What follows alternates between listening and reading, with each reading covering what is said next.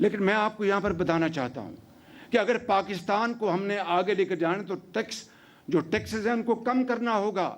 اگر میرا بس چلے تو میں 10-15% اکراس دا بورڈ آج ٹیکس کم کر دوں تمام پاکستان میں, تاکہ چوری بھی کم اور ایفیشنسی بھی زیادہ ہے. لیکن اس کا وقت آئے گا. ابھی ہم IMF کا پروگرام کر رہے ہیں, اس کا وقت آئے گا. تو میں صرف یہ بتا رہا ہوں کہ اب ہم نے ان تمام کاوشوں کے ذریعے ڈیجیٹل اکانومی کی طرف ہم تیزی سے بڑھ رہے ہیں. آج فرسٹ ٹائم میں آپ کو شیئر کر رہا ہوں کہ ہم نے جو کئی منسٹریز ماشاء اللہ 100% وہ ان کی ساری کورسپونڈنس ہے ود PMO اور دوسری جگہوں پر. کچھ منسٹریاں 100% اچیو کر چکی ہیں, کچھ پیچھے ہیں. انشاءاللہ یہ ہو جائے گا.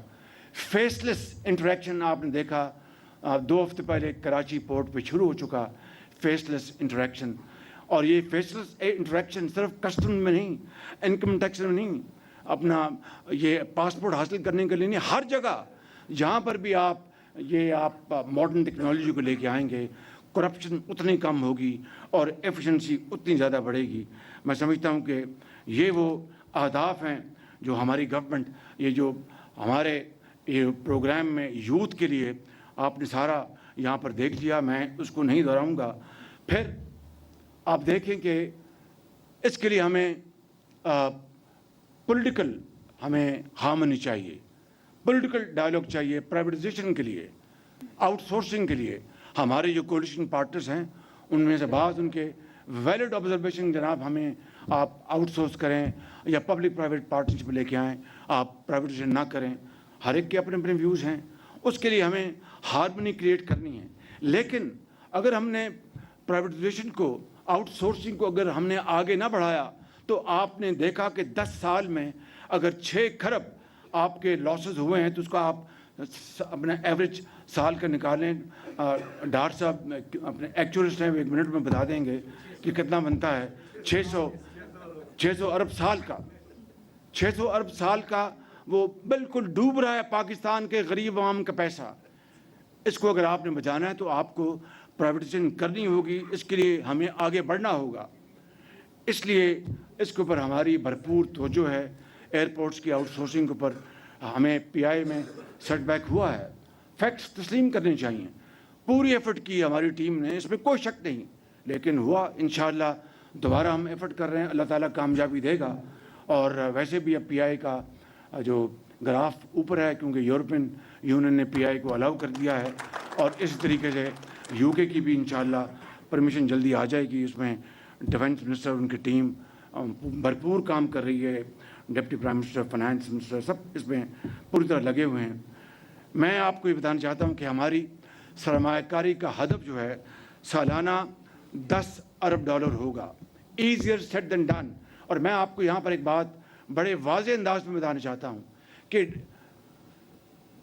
DFIs, فورن انویسٹمنٹ بالکل چاہیے اور اس کی بے پناہ ضرورت ہے, لیکن وہ تب آئے گی جب لوکل سرمایہ کاری پہلے سامنے آئے گی.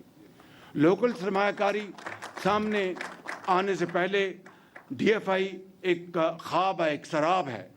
تو اس کے لیے ہم لوکل سرمایہ کاری کے لیے ایک ماحول پیدا کر رہے ہیں. انشاءاللہ وہ جلد آپ کے سامنے لے کے آئیں گے, جس میں ایز آف بزنس ہے اور دوسری بے شمار اس میں چھوٹی چھوٹی چیزیں ہیں جس کو ہم اگر کریں گے تو انشاءاللہ لوکل سرمایہ کاری آئے گی. لوکل سرمایہ کاری کے حوالے سے میرے یہاں پر آنریبل کولیگز بیٹھے ہیں کہ جناب یہ جو IPPs کا ہوا ہے اس سے دھچکا لگا. I want to be very frank with you today on this issue.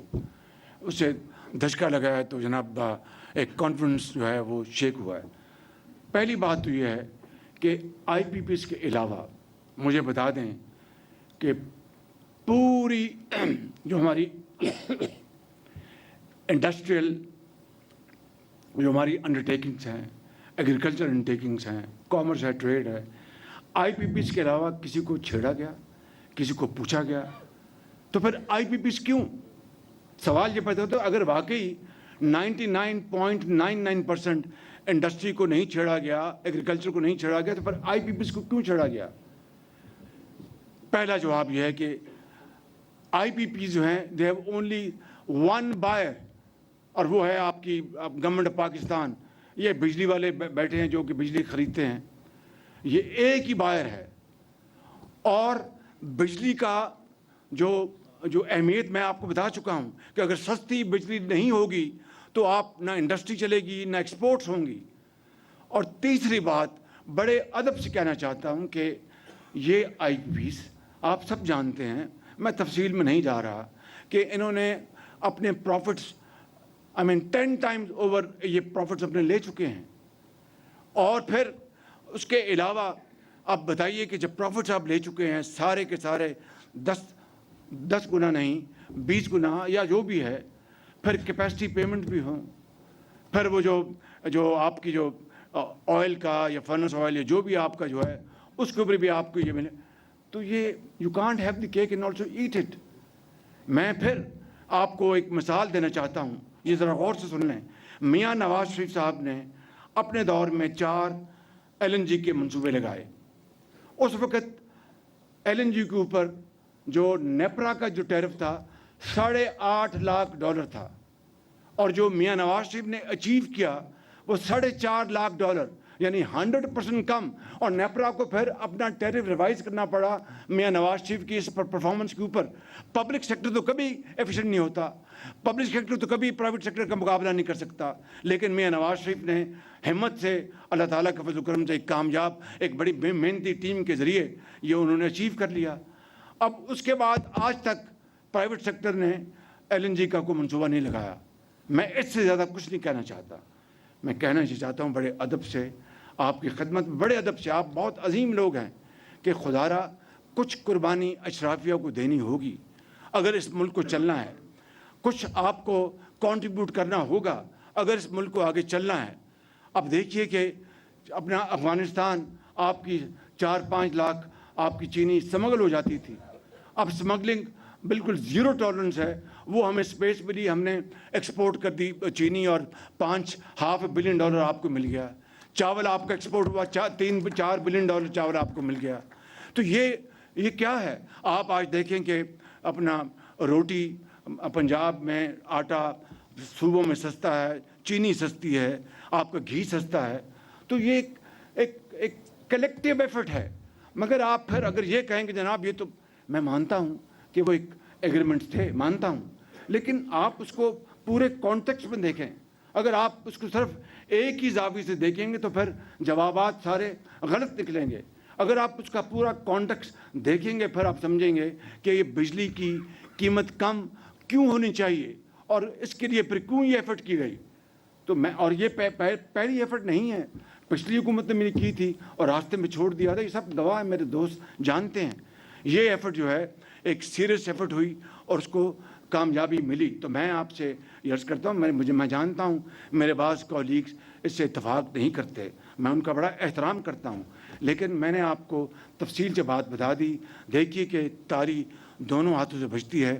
آپ دیکھیے جاپان, میں ایک دفعہ جاپان گیا اور وہ ہونڈا فیکٹری تھی. میں جب گزر رہا تھا تو وہاں او کی آواز آئی, تو میں نے کہا یہ کیا معاملہ ہے. پھر میں نے جو ہمارے ہوسٹ تھے میں نے لگا ان سے پوچھنے, میں چپ ہو گیا. پھر میں آگے گیا, پھر او, جب تیسری مرتبہ او ہوا تو مجھ سے رہا نہ گیا. میں نے کہا یہ وہ ڈائریکٹر تھا, میں نے کہا یہ کیا ہو رہا ہے. اس نے کہا جی یہ ورکرز ہیں احتجاج کر رہے ہیں. اندازہ کریں, کام نہیں رکا, پروڈکشن جاری ہے, مگر اپنا احتجاج انہوں نے ریکارڈ کروایا او کر کے. یہاں پر تو جناب اسلام آباد پر اپنا لشکر کشی ہو جاتی ہے. اور ایک دن کا نقصان 190 ارب روپے ہے. ایک دن کا نقصان 190 ارب روپے ہے. یہ غریب قوم ہے, کون اس کا حساب دے گا.